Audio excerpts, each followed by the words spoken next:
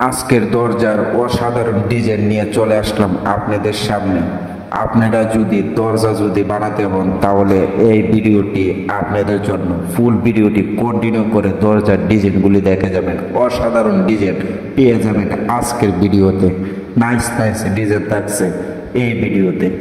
আপনারা যদি একটি ঘর তুলে থাকেন, একটি যদি বিল্ডিং তুলে থাকেন, অথচ তোলার যদি পরিকল্পনা করেন, তাহলে এই দরজার ডিজাইনগুলি দেখতে পারেন। অসাধারণ ডিজাইনগুলি দেখে স্ক্রিনশট দিয়ে আপনার ফোনেতে রেখে দেন, যে কোনো সময় আপনারা বানিয়ে নিতে পারবেন। আজকের ডিজাইনগুলি অসাধারণ নিয়ে আসলাম আপনাদেরকে দেখাবার জন্য। রাজকীয় ডিজাইনের মধ্যে দরজা আজকে দেখতে পারবেন এই ভিডিওতে। নর্মাল ডিজাইনের মধ্যে আজকে দরজা দেখতে পারবেন এই ভিডিওতে। সম্পূর্ণ ভিডিওটাতে নর্মাল অথচ রাজকীয় ডিজাইন এই ভিডিওতে দেখতে পারবেন। ফুল ভিডিওটা কন্টিনিউ করে দেখতে থাকুন।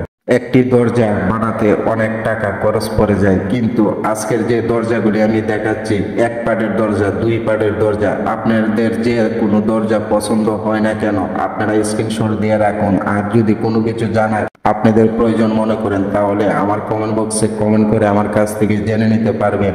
কি কাঠ দিয়ে দরজা বানালে ভালো হবে তা সম্পর্কে যদি জানতে চান, আমার ভিডিওতে কমেন্ট করতে পারেন, আপনাদেরকে আমি জানিয়ে দেব। দরজার চৌকাঠ আছে, চৌকাঠ কি কাঠ দিয়ে বানালে ভালো হবে কমেন্ট করে আমার কাছ থেকে জেনে নিতে পারবেন।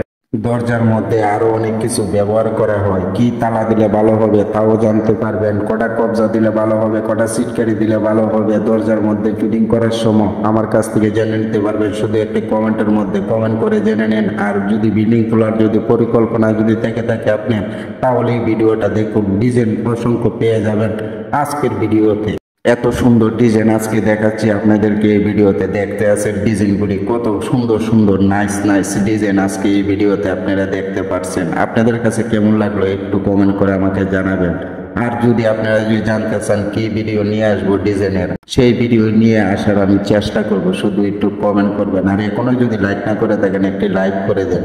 অনেক কষ্ট করে ভিডিওটি বানিয়েছি ভাই। আপনারা যদি দরজা বানাতে চান, তাহলে আমি বলবো মেইন বেড হিসাবে ব্যবহার করবেন দুই পাটার দরজা। দুই পাটার দরজা যদি ব্যবহার করেন তাহলে দেখতে সুন্দর। তারপরে দরজার অনেকগুলি জায়গা থাকে, ফার্নিচার মাল ঢুকাতে কোনো সময় বেশবা লাগে না। অনেক সুন্দরভাবে ফার্নিচার মালগুলি ঘরের ভিতরে ঢুকে যায়।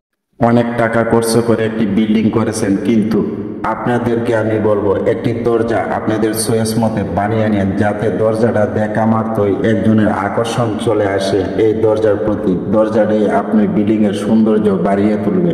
অনেকে আবার প্রশ্ন করে দরজা বানানোর পরে দরজাতে কি বার্নিশ করতে পারি। আপনাদের চয়েস মতে বার্নিশ করে নিতে পারেন। হাত পলিশ করতে পারেন, কফি কালার বলেন, চকলেট কালার বলেন, কাঠ কালার বলেন, লিকার পলিশ করতে পারবেন।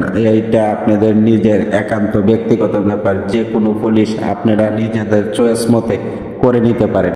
আজকের ভিডিওটি কেমন হলো জানাতে কিন্তু ভুলবেন না, কমেন্ট করে জানিয়ে যাবেন। আশা করি আজকে ভিডিওটি আপনাদের কাছে ভালো লেগেছে। ভিডিওটি যদি ভালো লাগে তাহলে শেয়ার করে অন্যজনের দেখার সুযোগ করে দিবেন। ধন্যবাদ সবাইকে।